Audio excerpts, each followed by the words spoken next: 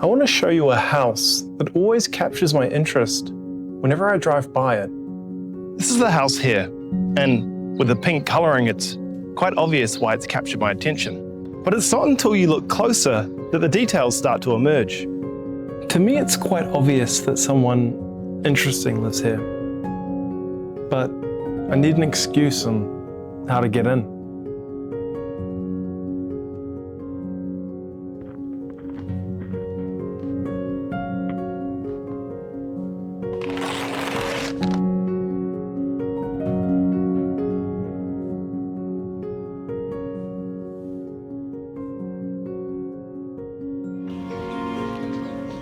Zoe? Hey. I'm Helen. How are you? Nice to meet you. Nice to meet you. Hi, I'm Helen. I live in the pink house. We've come over here from Queensland and we came to Taranaki 6 years ago, specifically to garden. So when we bought the house, it was painted white and green, but the paintwork was getting on a bit, so we had an opportunity to change it. And I wanted to make the house seem cheery, just a bit special. And I love colour, I've always loved colour. So I went down to the resin shop and they really only had this one shade, but it was beautiful and it got painted last year. And what does that say about your personality? Well, I think possibly just that I'm not a Kiwi because I'm quite used to much more bright and colourful houses. I used to live in Melbourne, where there's quite a lot of colour. I didn't really think of it as a radical decision, but I'm quite surprised by the reaction it's got. The black and the white and the pink together is all right, and it reminds me of licorice all sort. What, sorry? Licorice all sort. Right. So I've been calling it like the licorice all sort house. Cool. And now I've found out that that's what other people call it as well. What about Australia's gardening made you want to garden over here?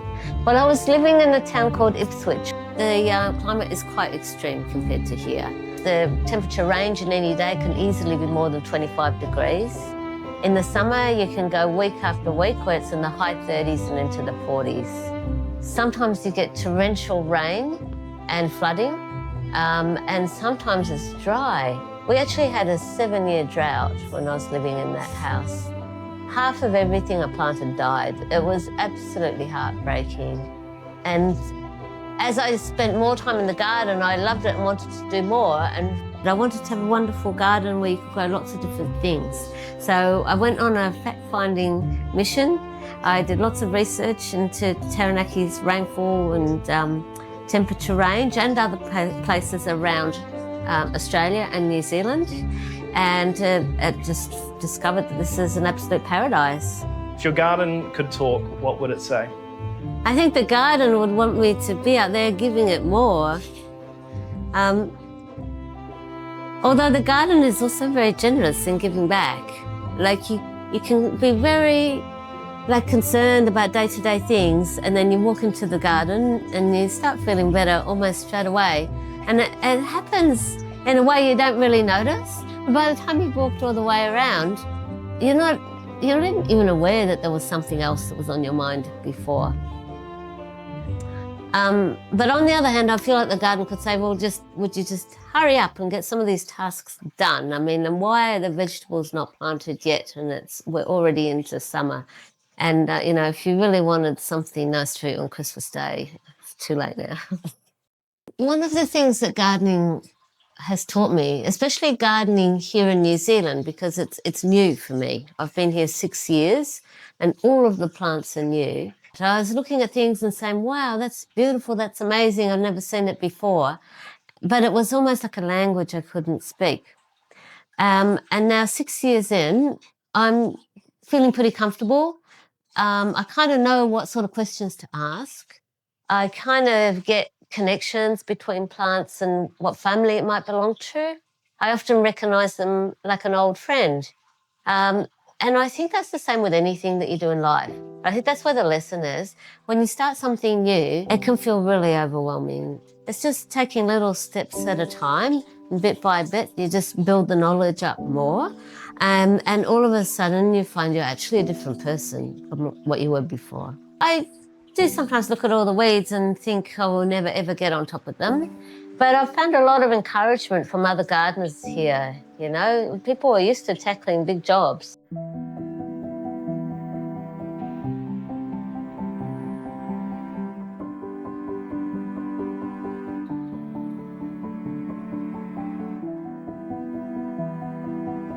Planting things that I don't expect to reach their potential for several years.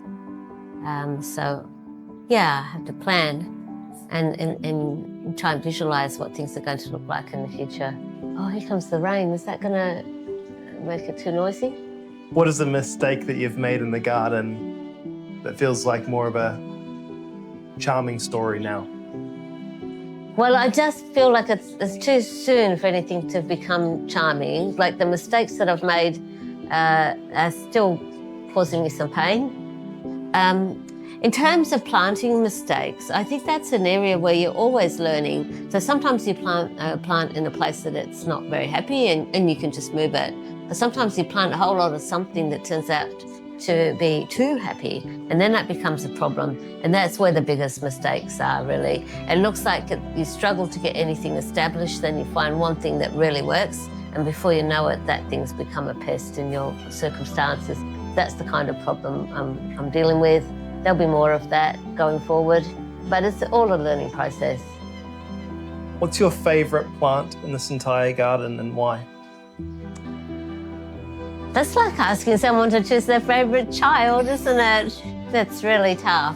I mean, I do have some that I really, really like.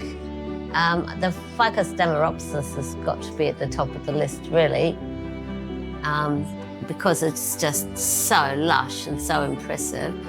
But this is a difficult place for it to grow. It prefers a more sheltered spot, and of course it gets some wind here, so every time it gets damaged, I feel it personally. I actually really love roses. I'm not hugely knowledgeable about roses, but I do absolutely love them. As far as the other plants go, I'd have to say the maple trees. There's lots and lots of different varieties of Japanese maples in the garden. I don't have really a favourite amongst them, but I love watching the light shining through the backlighting of the deep red varieties is something really, really special.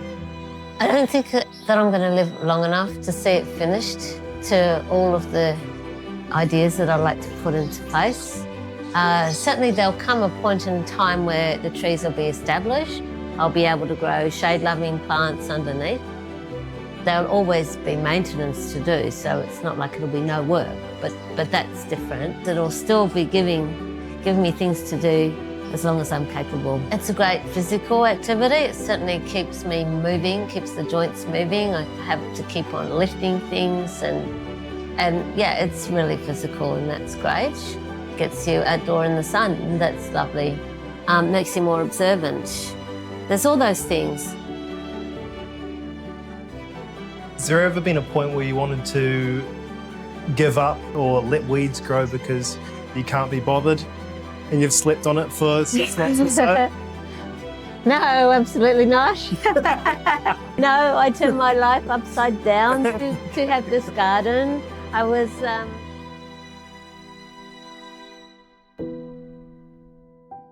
I found way more than I expected at the Licorice All Sorts house. Helen's garden proves what can happen when you mix hard work, passion, and serious artistic flair. The next time I drive past, as I'm sure I will, many times, I won't be interested. I'll be inspired. Hey, if you thought this video was half decent, please take the time to subscribe. And if you want to see another amazing garden, click this video right here.